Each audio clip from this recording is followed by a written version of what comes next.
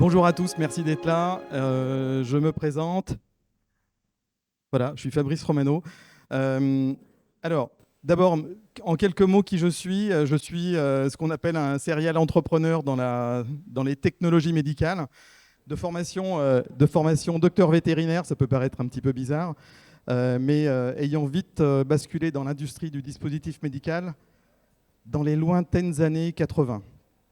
Donc on était en 89, la pratique vétérinaire ne m'a pas plu et je me suis retrouvé chez un industriel du dispositif médical. Et depuis ce jour-là, j'ai été obsédé par une chose, c'est comment faire mieux.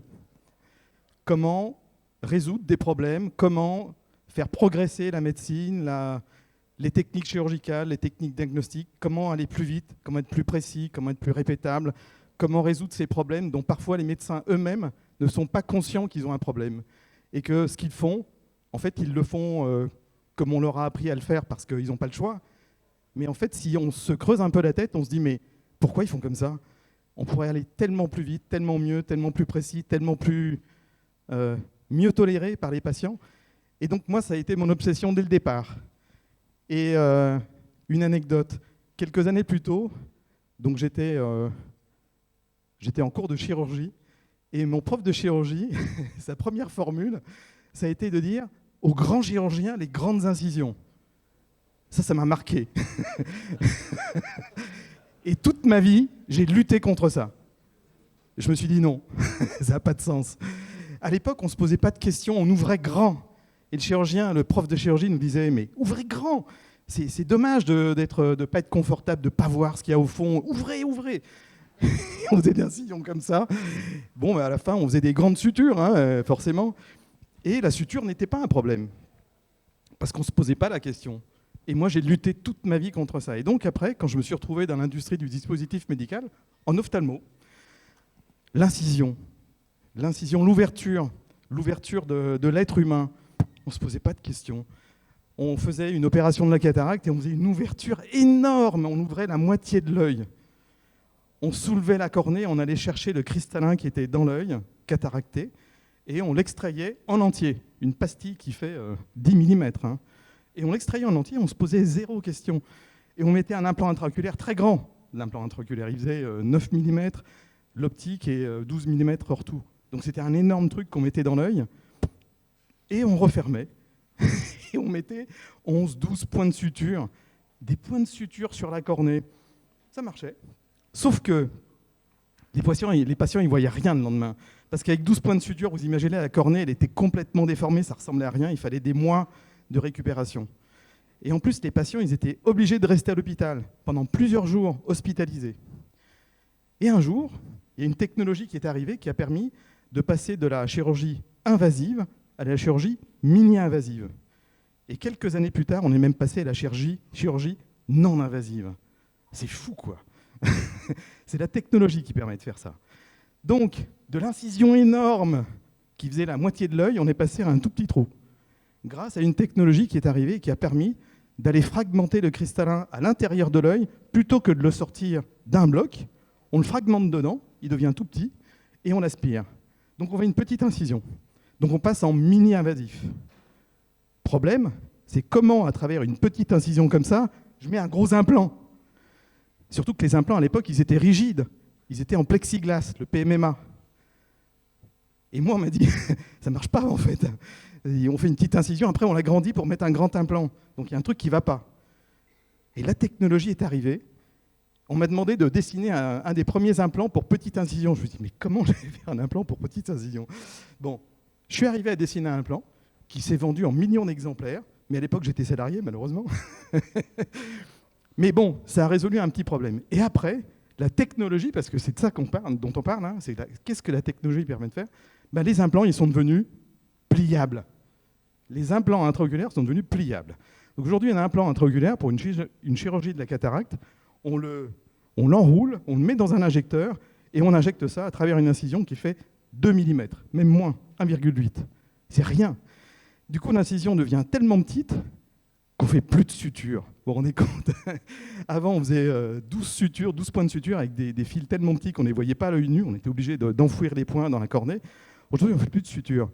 On fait un tout petit trou, on enlève le cristallin, on met l'implant, on retire tout ça, c'est terminé, plus de suture. Autre chose, les patients de l'époque, ils restaient plusieurs jours à l'hôpital, il fallait les surveiller. Aujourd'hui, grâce à cette technologie qui a changé la taille de l'incision, en ophtalmo et dans d'autres spécialités, on a inventé le mot de chirurgie ambulatoire, le rêve. Le rêve. Il y a 30 ans, on ne parlait pas de chirurgie ambulatoire, c'était même complètement fou, quoi. On aurait été des criminels si on avait dit aux patients rentrez chez vous. Non, maintenant on parle de chirurgie ambulatoire. Donc tout ça, toute cette technologie a permis d'améliorer considérablement les choses. Donc la taille de l'incision, c'est la première anecdote dont je voulais vous parler, parce que ça améliore quand même considérablement les suites opératoires, le confort, moins de douleur, moins de complications, moins d'infections, etc. Dans la chirurgie, par exemple abdominale, grâce à l'avènement de la laparoscopie, en fait, on a réduit considérablement les suites opératoires. Avant, un grand nombre de patients souffraient d'éventration, de hernie après une opération. Voilà. Aujourd'hui, ce n'est plus le cas. Donc, cette technologie a permis de réduire la taille de l'incision de manière très importante. Ensuite, sont arrivées des technologies qui sont incroyables, c'est la robotique. Donc, on a réduit la taille de l'incision, on est passé à la chirurgie ambulatoire, et après, on s'est dit, mais comment faire pour aller opérer loin, profondément dans un patient pour faire des opérations complexes. Je prends un exemple, la prostatectomie radicale. Cancer de la prostate, il faut aller chercher la prostate au fond du patient. Donc vous imaginez comme c'est loin, comme c'est profond, comme c'est compliqué et tout ce qu'il y a devant. Grâce à la chirurgie laparoscopique, aujourd'hui on ne fait plus de grandes incisions, on fait des petits trous et en plus maintenant on a des robots qui sont dotés d'une vision qui est restituée au chirurgien, et le chirurgien dispose d'instruments extrêmement précis qui permettent de réduire, voire de supprimer complètement le tremblement du chirurgien et de lui donner des capacités que lui, le chirurgien humain, n'a pas. Exemple, faire des points de suture à l'envers. Donc aujourd'hui, avec ces robots, on arrive à faire des choses vraiment fantastiques. Ensuite sont arrivées les technologies qui permettent de faire carrément de la chirurgie non invasive. Incroyable. Et premier exemple qui me vient à l'esprit, c'est les calculs rénaux. Voilà, à l'époque, on faisait une grande incision et on allait chercher le calcul là où il est et ensuite on suturait.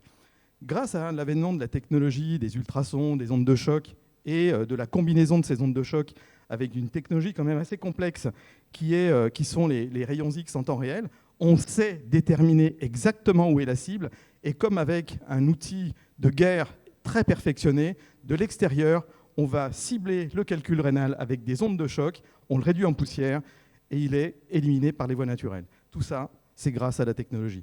Je m'arrête parce que le temps est passé. Et donc, aujourd'hui, je suis ravi de vous présenter les 3 sociétés qui vont défiler ensuite. Moi, mon rêve aujourd'hui, c'est d'accompagner ces jeunes sociétés, ces jeunes porteurs de projets.